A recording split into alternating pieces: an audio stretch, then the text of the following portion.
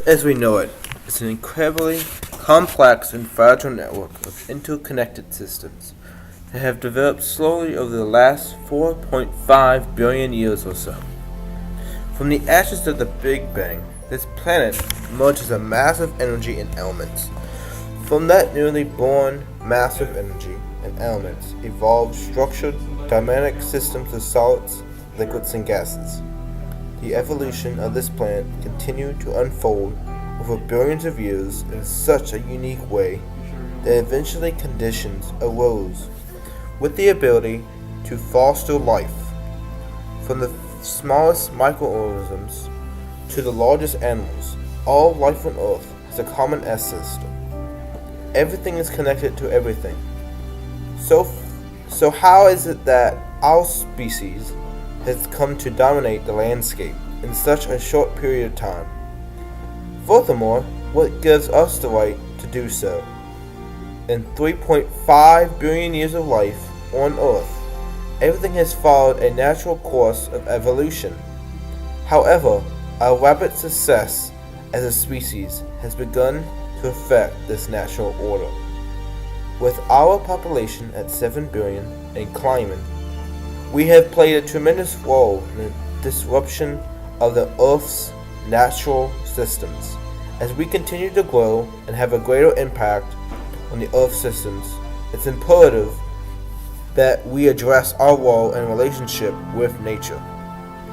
The ability of humans to manipulate the landscape and recognize the consequences of doing so puts us in a particular position. As a species, we are assigned the duty to provide and proliferate. Our goal is to achieve stability for ourselves and our kin. However, we also have an obligation to maintain the environment, as we depend on the resources and services it provides. The question then becomes, what is our role in nature? Do we have the right to manipulate the land, factory farm animals, and pollute waterways, or do we have an obligation to reduce our numbers and merely subsist? In order to answer these questions, we must rely on our knowledge of Earth, evolution, and our influence in the environment. Our relationship with nature has historically been one of imbalance and overuse. Nearly every step in human history has unfortunately been acquainted with a leap in environmental degradation. At first, humans were incredibly in tune with their surroundings. Nomadic hunter-gatherer tribes used to roam the lands, following the ebb and flow of the seasons. These tribes had a measurable impact on the environment, but their influence was relatively manageable due to their population size. With advancements in technology and agriculture, though, humans began to find more efficient ways of sustaining themselves.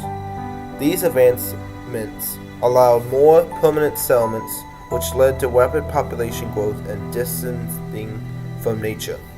As society evolved, populations grew, more and more resources were required to fuel the expansion. With breakthroughs in agriculture, settlements became more permanent and cities began to take shape. This shift to city life eventually led to a distancing from nature. While many people were still in tune with nature on a subsequent level, the need for more and more resources began to change our regard for nature. Although our distancing from nature began several thousand years ago with the advancements in agriculture and social order, it is the age of industry into which we owe our modern regard for nature. The growth of cities allowed for a separation between people and nature, and our obsession with convenience and efficiency affecting a new perspective on the environment. With technological advancements, nature became something we are no longer a part of, entirely subject to, but something that we could control and profit off of. The growth of industry enabled humans to truly dominate the landscape and disrupt the natural systems that have been in place for billions of years. As we removed ourselves further and further from nature, we develop a wearing of ignorance of our role and relationship within it. With the growth of cities and trade, we have moved from a sustainable economy to one of greed and exploitation. Humans have always had an impact on the environment. With the age of industry, that impact has been ultra-modified. Population growth has been exterminated. Cities have become the primary source of residents, and the majority of the world is now out of touch with the workings of nature. Although every species play a unique role in the biosphere and inherently has its own impact, not every species has the cognitive ability to measure their influence or the capacity to change it. Humans are unique in that aspect, which is not the root of the problem. We are capable of understanding our influence over nature, but we tend to ignore Earth's reaction to our presence. I am not arguing that we purposely degrade nature, but that environmental degradation is an inherent trait of our population's perspective progression. We know we are crippling in the environment. We have the ability to do something about it. Therefore, we should make change where change is necessary.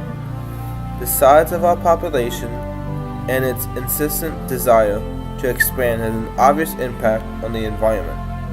However, that impact is magnified with the demands of industry and capitalism. In this book, Regarding Nature, Andrew Magellan identifies industrialism and the capitalist mindset as being especially influential on our regard for nature. The economic systems that we construct and live within, I suggest, the primary immediate causes of our relations between society and the rest of nature. Further, causing a perceived division from nature is the economic structure we have allowed to infect most of the world. Capitalism is an especially destructive force in our regard for nature, as it encourages a monetary-driven social hierarchy based on the encroaching exploitation of our world's resources. Our relationship with nature has now become purely economic. We do not associate ourselves as a part of nature because we use it for profit, force or cut down for the profits of the labor industry, and to make room for livestock. Animals that we are undoubtedly related to, that have senses and the ability to socialize, are slaughtered by the billions to feed an increasingly carnivorous population. Resources such as oil and food are all unevenly distributed throughout the world and therefore used as a platform for profit. All the while, the environment bears the brunt of our greed. We not only encourage a division amongst ourselves through the communization of the world's resources, we encourage a division between man and nature. In order to reconstruct our views of nature and understand our place within it, it's important to reconsider our relationship with each other and our surroundings. As Otto Leopold puts it, man has not learned to think like a mountain. We have to consider ourselves as part of a bigger picture.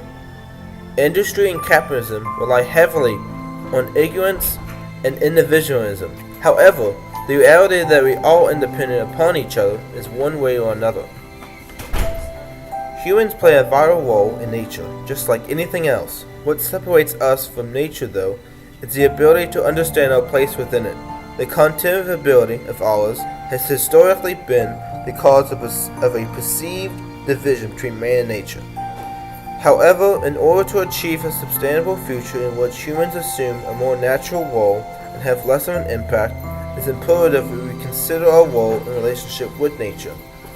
A change in the way we regard nature has obvious political, economic, and social repercussions, but our cognitive ability obliges us to reevaluate our position in the world, then continue to degrade it.